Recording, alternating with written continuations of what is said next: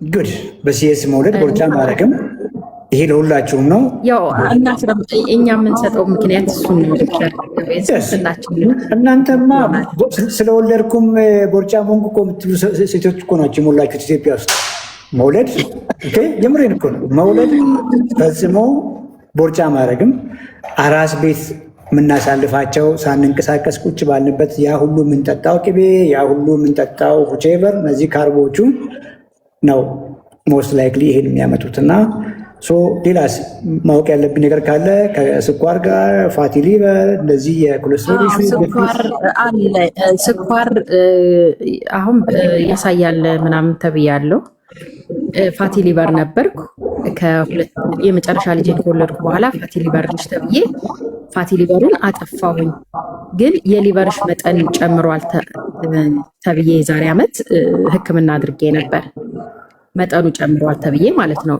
ፋቲውን ግን አጠፋሁት። ስፖርት እየሰራው የሆነ ምናምን እንደዚህ ራሴን እንትን እያልኩ እንዲጠፋ ጠፍቷል ተባልኩ። 2-3 ጊዜ አልትራሳውንድም ተነስቼ ነበር።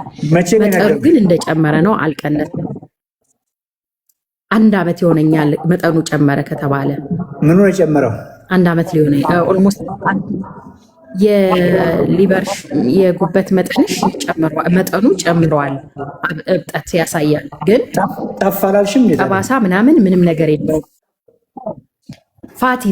ፋቲ ሆነው ፋቱ ነው የጠፋው። የጨመረው ምንድን ነው ታዲያ? መጠኑ የጉበቱ መጠን ጨምሯል ተብዬ ነበር። 11 ወር ምናምን ይሆነኛል እያበጠ ነው አሉ። ሳይዙ ጨምሯል። አዎ ጨምሯል። በእርግጥ ፋቲ ሊቨር። ዛሬ እንቁላል በልቻለሁ። ቺክን ብረስት 150 ግራም ቺክን ብረስት እና ከብሮኮሊ ጋር 1 እንቁላል አይብ አድርጌ በልቻለሁ። የመጀመሪያ ምግብሽ ቁርስ ነው? ቁርሱን ነው የምትነግሪኝ መጀመሪያ? መጀመሪያ ቁርስ ጠዋት አልበላም፣ አርፍጄ ነው የምበላው። ግን አርፍጄ በልቼ አሁን ደግሞ 12 ሰዓት አካባቢ ምናምን እንደዚሁ ደግሞ 1 ሜል አለኝ፣ አነስ ያለ ያልበዛ ነገር። ከነጋ የበላሹን ነው የነገርሽኝ ያለሽው። 1 ምግብ ነው የበላሹ። እሱም በደንብ ንገሪኝ። አሁን 1 እንቁላል 1 በልቻለሁ። 2 እንቁላል 150 ግራም ቺክን ብረስ 2 እንቁላል 150 ግራም ቺክን ብረስት እና አይቤ እና ብሮኮሊ ያለው። ቬሪ ጉድ ጎበዝ። እንደዚህ ማድረግ ከጀመርሽ ጊዜ ነው? አንተ መከታተል ከጀመርኩ ጊዜ ጀምሮ እድሜ ላንተ። የት አለ የምትከታተይኝ? ከኋላ እኮ እየፈለግኩሽ የለሽም። እሺ እውነት ሰሞኑን በሆነ ምክንያት ገብቻ አላቅም፣ ግን በጣም እከታተልሃለሁ፣ እጠይቅሃለሁ ሁሉ አንድ ጊዜ ሁሉም ጽፌልህ የሆነ ነገር አልመለስክልኝም። ያው ልትመልስ ግድም አይደለም። የምስር ዳቦ የተከካ ምስር ሰርቼ ከእንቁላልና ከእርጎ ጋር አድርጌ ተልባ ጨምሬ እንደ ዳቦ ኬክ አይደለም፣ እንደ ዳቦ በቃ ምንም ሌላ ነገር የለውም። ቫኒላ ምናምን ጨምራለሁ። እሱን ተቆራጭ ነገር አድርጌ እሷን እበላለሁኝ ሲርበኝ አልፎ አልፎ ምናምን እና እሱን ሁሉ ጠይቄህ ነበር፣ አልመለስክልኝም። እሱንም ማወቅ እፈልጋለሁ። ምስር ብቻ እና እርጎ ተልባ። ኮንፊውዝ አታርጊ። አሁን እሱ ይቆይ። ቢኮዝ ሌሎችን ቻንስ ለመስጠት ቤዚክ ነገር ላይ አውራሻለሁ። ሚዩት አድርጊ። እሺ ዛሬ ያደረግሽው ነገር ቆንጆ ነው። በቂ ኳሊቲ ፕሮቲኖችን ለመመገብ ሞክረሻል። ያንን የበላሹ በዳቦ አይደለም፣ ወይም ደግሞ በሽምብራ ዳቦ በምናምን ባልሹም አይደለም። እንኳንም አልበላሽም፣ በእንጀራ አልበላሽም፣ ለስላሳ አልጠጣሽም፣ ጁስ አልወሰድሽም። ሳም ኳሊቲ ፕሮቲኖችን ከአትክልት ጋር ነው የበላሹ። ይሄ ቆንጆ ነው። እዛ ላይ ምንም ኮመንት የለኝም። ዋናው ነገር ሜትር ከ70 ነሽ። በቀን ማግኘት ያለብሽ ፕሮቲን ከዚህ በኋላ ጠዋት የበላሹ ቅድም የበላሹ እንዳለ ሆኖ ከዚህ በኋላ ቀሪውን በልተሽ ታርጌትሽ ላይ ትደርሻለሽ የሚል ግምት የለኝም። በተቻለሽ መጠን አፍለሽ የምትበይውን ነገር በጊዜ ለመጀመር ሞክሪ። ጠዋት ላይ ከዚህ በፊትም ስንት ሰዓት ነው ቁርስ መብላት ያለብን፣ ምንድነው መብላት ያለብን የሚለውን ነገር በባለፈው ሴሽናችን ላይ በደንብ አውርተናል። በተቻለሽ መጠን በጊዜ ለመመገብ ሞክሪ። በጊዜ ስትመገቢ ሁለተኛ ምግብ ተመግበሽ ሶስተኛ ምግብ ተመግበሽ ሰዓቱ ወደ እራት ሳይሄድብሽ በቀን ማግኘት የሚገባሽን ፕሮቲን ማግኘት ትችላለሽ ማለት ነው። አሁን በዚያ ምግብ ላይ ዛሬ ነው እያልኩሽ ያለሁት ያገኘሽው ለዚያ ምግብ ለዛ ሚል ቁርስ የሚሆን ምሳ በቂ ነው እያልኩ ያለሁት። የጀመርሽው ግን አርፍደሽ በመሆኑ በ24 ሰዓት ማግኘት ያለብሽን ፕሮቲን ለማግኘት በቂ ጊዜ ይኖርሻል የሚል ስጋት አለኝ። በቂ ጊዜ አይኖርሽም። እሱን ኢምፕሩቭ አድርጊ። ከጎን አትክልቶችን እየተጠቀምሽ ነው ያለሽው። ዛስኪድ ስለ ጉበትሽ ላውራና ፋቲ ሊቨር አለብሽ አሉሽ። ስኳር ያሳያል ብሎሻል። ይሄ ራሱ ምን ያክል ሆድሽ ውስጥ ብዙ ፋት እንዳስቀመጥሽ ያሳያል። ሲሪየስ ነው። ፋቲ ሊቨር ጠፋ እንኳን ቢሉሽ ዛሬ የበላሽው ምግብ እየበላሽ ቆይተሽ ከወራት በኋላ ከሆነ እቀበላለሁ። ይሄ ሳይሆን ግን ከዓመት በፊት ሮንግ ምግቦችን እየበላሽ ፋቲ ሊቨር ጠፍቷል ብሎሽ ከሆነ የማይመስል ነገር ነው። ፋቲ ሊቨር ሳይኖር ታይፕ ቱ ዴ መሆን አስቸጋሪ ነው። ከዚህ በፊትም ስለ ኢነርጂ ቶክሲቲ ብዙ ጊዜ አውርቻለሁ።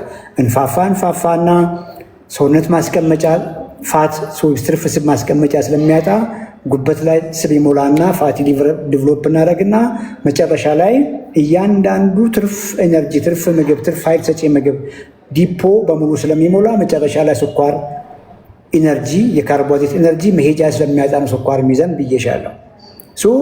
ከፋቲ ሊቨር ከሄፓቶሜጋሊ ጉበትሽ አብጧል ያሉሽ እንኳን ሌላ ኮዝ እስካሌለ ድረስ ሌላ ጉበት እንዲያብጥ የሚያደርግ ኮዝ እስካሌለሽ ድረስ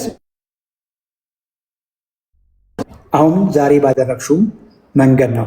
ሌላው 47 ዓመት ዕድሜ ላይ ነው ያለሽው፣ እንደዛ ነው የገባኝ። እሱ ደግሞ ከሆርሞን ኢሹ ጋር ሆርሞን ስለመተካት ከሐኪሞች ጋር መናገር ይጠይቃል። እዚህ ላይ በየቀኑ ወክ ማድረግ ይጠይቃል። እዚህ ላይ ሰውነትሽን መገንባት ይጠይቃል። እንቅልፍ ላይ ስትሬስ ላይ መስራት ይጠይቃል። እና በራስሽ ጊዜ ከምታደርጊ እኛ ማገዝ እንችላለን። የእኛን ቲም ኮሚኒኬት አድርጊ፣ በደንብ እናግዝሻለን። በርቺ። ከሚት ላይ አንሺ።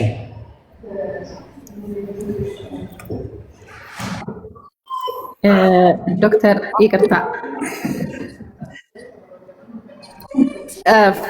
እንትን ፋቲ ያበጠው የመጨመረው መጠን አሁንም ልታየው ወይስ ዝም ብዬ ዳይቴን እንደዚሁ ልቀጥል? ስለሊበሩ የጉበት ጉዳይ አልገባሽም? ፕሊዝ ዛሬ የበላሽው ሚል ኦኬ፣ አጉል ሰዓት ነው የጀመርሽው።